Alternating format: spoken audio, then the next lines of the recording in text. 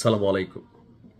অনেকেই ভাবেন যে ভাই আমরা যারা ভিডিও করি আর আপনি যে ভিডিওটা দেখছেন এটার মধ্যে আসলে আমরা কিভাবে সহযোগিতা করতে পারি বা এর মাধ্যমে আসলে কি হয়, এর মাধ্যমে যে কত কিছু হয় আজকের ভিডিওতে অনেকটা বুঝিয়ে দিচ্ছি।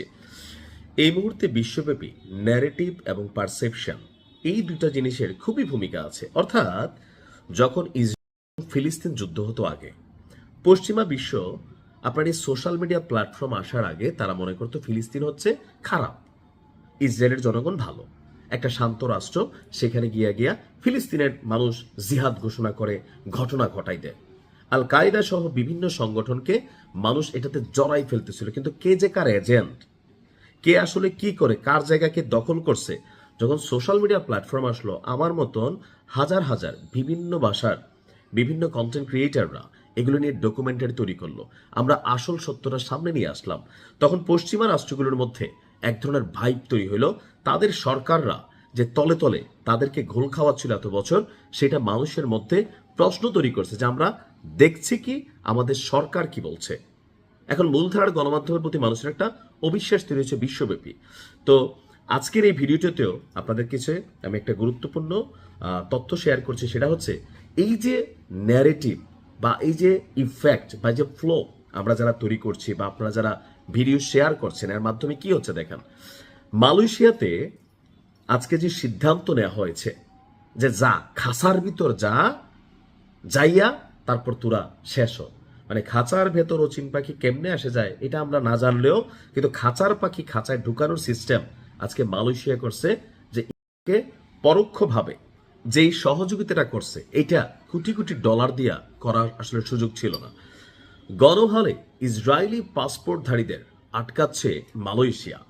এই মুহূর্তে আমি এর আগে একটা নিউজ দিছিলাম যে ইসরায়েলের টোটাল জনগণের প্রায় 35% নাগরিক দেশ ছেড়ে চলে গেছে, অনেকে আর অনেকে যাওয়ার জন্য অপেক্ষা করছে। সবচেয়ে বেশি চাপ হচ্ছে আশেপাশের এই রেজিমের মধ্যে। ইউরোপেও একটা হিউজ অংশ বের হয়ে গেছে। আর পাশাপাশি এই যে বিভিন্ন দেশে এখন ধরেন গণহারে এদেরকে কিন্তু বিশ্বাস করেন। আপনাদের হলোকাস্টের ঘটনা খেয়াল আছে তো, আছে না? আপনার হিটলারের সেই ঐতিহাসিক ঘটনা, হিটলার বলে গেছিল যে জাস্ট কিছু স্যাম্পল রেখে গেলাম, যে আমি হিটলার কেন এই হলোকাস্টের ঘটনা ঘটাইছিলাম দ্বিতীয় বিশ্বযুদ্ধের সময় চুনচুনকে। আজকে পৃথিবী টের পাচ্ছে যে এত লক্ষ্যগুলোর যদি ওই রাতে হিটলার শেষ না করত, তাহলে বিশ্ব সাম্রাজ্যের ক্ষমতা আমেরিকার হাত থেকে ছিনায়া এদের হাতে চলে যেত। হলোকাস্ট নিয়ে হয়তো আরেকটা ভিডিও বানাইতে হবে, যারা একটু তথ্য উপাত্ত না জানেন তারা বুঝবেন না, আর ওই ভাষায় কথাও বলতে পারি না। যাই হোক, এখন বলা হচ্ছে যে এই মুহূর্তে মালয়েশিয়াতে অনেক ইসরায়েলি নাগরিক ভ্রমণ করতে আগ্রহ প্রকাশ করছে। আসলে কি ভ্রমণ করতেছে? মেইনলি হচ্ছে দেশ ছাড়তেছে। দেশ ছাড়া এই ইরান ইসরায়েল যুদ্ধের মধ্যে যে সময়টা থাকবে, এই সময়টা তারা যেন কাটাইতে পারে, এটাই হচ্ছে এদের মানে টার্গেট। অর্থাৎ ইসরায়েলের নাগরিকরা পৃথিবীর বিভিন্ন দেশে এরা ছড়িয়ে ছিটিয়ে পড়ছে। তো গণহারে ইসরায়েলি পাসপোর্টধারীদের আটকাচ্ছে মালয়েশিয়ান ইমিগ্রেশন পুলিশ।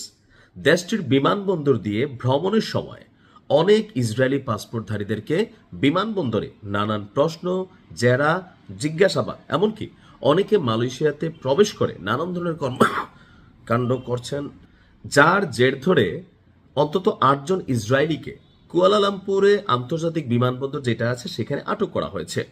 তাদের মধ্যে কেউ কেউ অবৈধভাবে মালয়েশিয়া প্রবেশের চেষ্টা করছেন, আবার অন্য কেউ এখান থেকে এশীয় দেশে যাওয়ার জন্য ট্রানজিট হিসাবে মালয়েশিয়াকে ব্যবহার করছিলেন। আর এই মুহূর্তে মালয়েশিয়ার বিমানবন্দর জুড়ে ইসরায়েলি পাসপোর্ট দেখলেই এদেরকে রিটার্ন আপনার ইসরায়েলে ব্যাক করার জন্য আপনার নির্দেশনা দেওয়া হয়েছে সন্দেহভাজন হইলে। অর্থাৎ এরা এখন পালাইতে চাইবে, পৃথিবীর বিভিন্ন দেশে ছড়িয়ে ছিটিয়ে পড়তে চাইবে। দরকার কি? তোমাদের দেশে তোমরা যাও, তোমাদের সরকারকে চাপ দাও, যাইয়া বলো যে আমাদের প্রাণের নিরাপত্তা চাই। তোমরা বিভিন্ন দেশে ভাগ্যে যাইবা যুদ্ধ কইরা আর আমাদের ভাইদেরকে শেষ করে দিবে, তারপর তোমরা গিয়ে সেখানে খালি বাড়ি মাঠ ময়দান দখল করবা, কিনবা আর একের পর এক সেটেলিং করবা। এটা তো ভাই হইতে পারে না। প্রত্যেকটা আরব রাষ্ট্রের উচিত যে এই মুহূর্তে মালয়েশিয়ার মতন অবস্থান নেওয়া। আশা করি বাকিদেরও ঘুম ভাঙবে। ভালো থাকুন।